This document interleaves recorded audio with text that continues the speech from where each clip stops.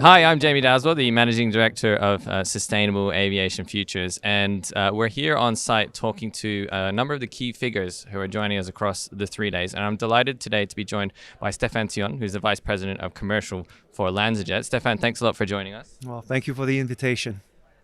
Just for those people out there who perhaps don't know much about your role and a little bit about Lanzajet, could you just give us a quick explanation? Sure. So I'm the Vice President of Commercial, responsible for deploying the technology throughout the globe. In charge of business development activity. We have fuels marketing activity also of taking ethanol as well as selling the sustainable aviation fuel and the renewable diesel because we produce the two products. And yeah. Perfect. Thank you very much. And I think we are at a SAF Congress. My question to you is, where do Lanzajet sit in the SAF value chain? But also, what are you looking to get out of participating in events like Sustainable Aviation Futures? Sure. So we're a technology company. We have a technology that takes ethanol and converts it into sustainable aviation fuel.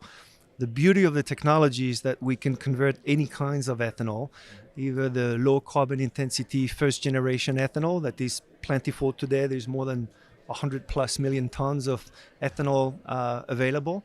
But we're working also in what we call the second generation of ethanol, made from municipal solid waste, of gas, or even some e-ethanol made from green hydrogen and different sources of carbon, which gives the ethanol building block a fantastic platform for really building up and scaling up SAF. We have built the first ever ethanol to SAF facility in the world. It's located in Georgia in the United States. We're actually expecting to have the first production of SAF by the end of this quarter. And we're working in various geographies. We have a project of pipeline all over the world, pretty much equal in terms of in numbers of projects in the Americas, in Europe, Middle East, Africa, as well as Asia Pacific. We operate into various business model. We do license our technology. We also build, own, and operate. And in geographies, we can partner with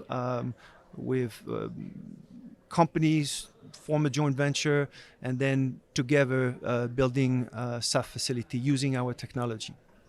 Yeah, we were talking earlier about a project that you guys are doing in my home state of Queensland, which is obviously very exciting. It's fantastic to see more of SAF coming up in Australia. And in terms of joining us here at the Congress for these sort of 3 days, is it looking for project partners, or is it something a little bit different? Well, what do these events give you as a business? Well, it's a great place to connect with the entire industry. I think we have technology partners, competitors, of course.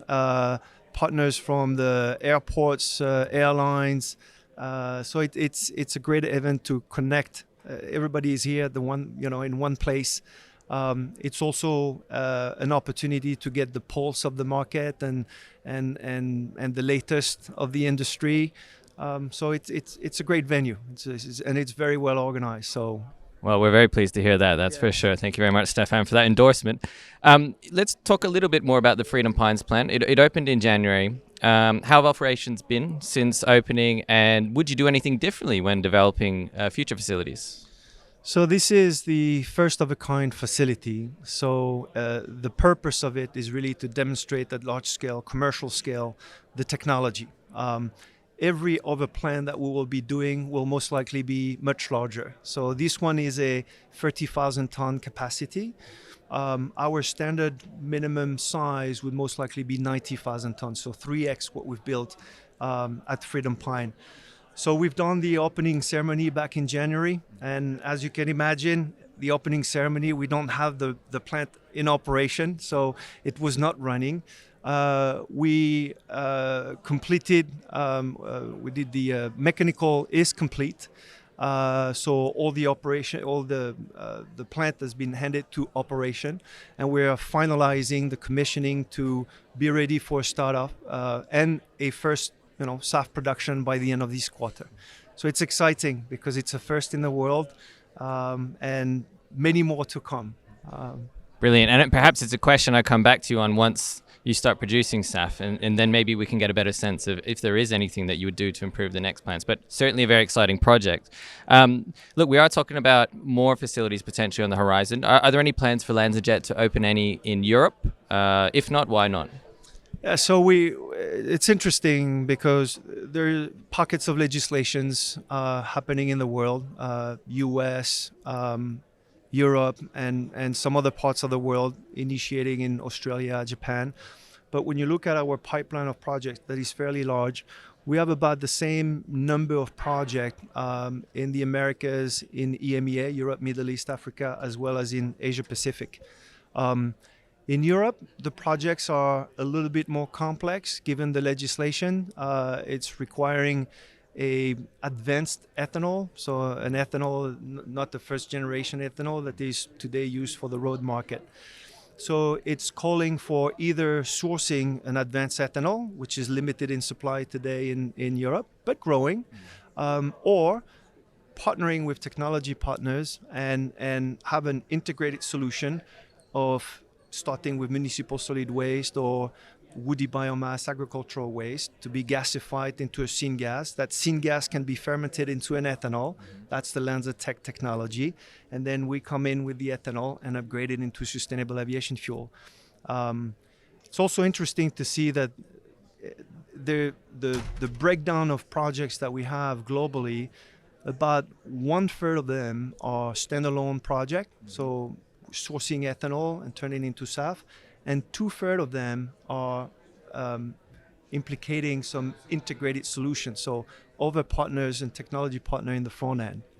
So projects that are a bit more complex, given the types of feedstock, a bit more capex intensive also, but if it's required by legislations, that's what we have to do.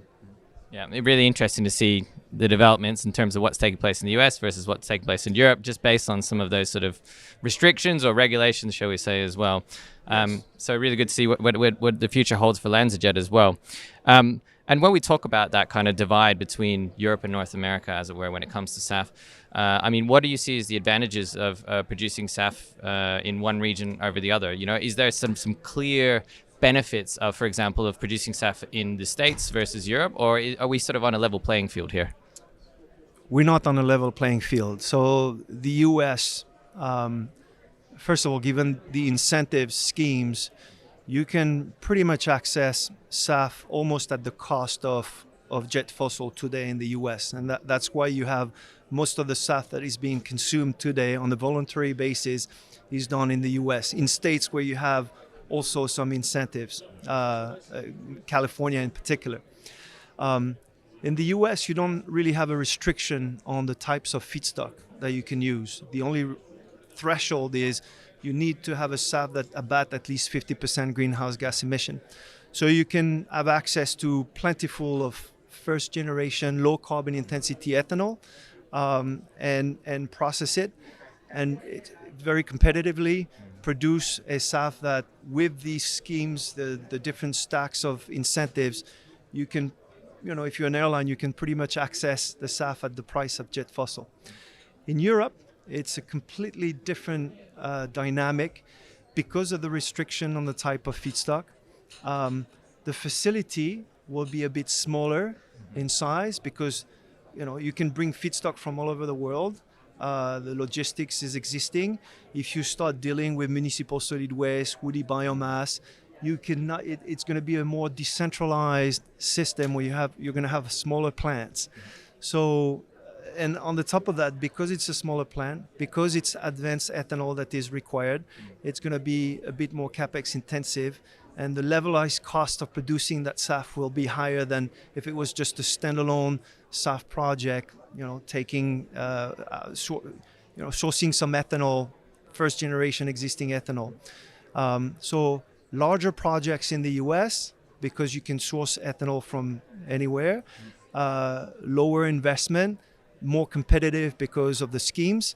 In Europe, smaller projects, a bit more capex intensive, and higher than therefore in levelized cost of production. And because of the mandate that is coming with the penalty, the access of SAF will be at a much higher premium in Europe than it is in the United States.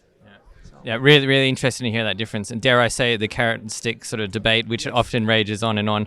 And this is also a shameless plug for our event taking place in Houston in October as well, where we're going to talk about all these differences, because certainly the agricultural side feeds into it a lot more than what we see in Europe as well.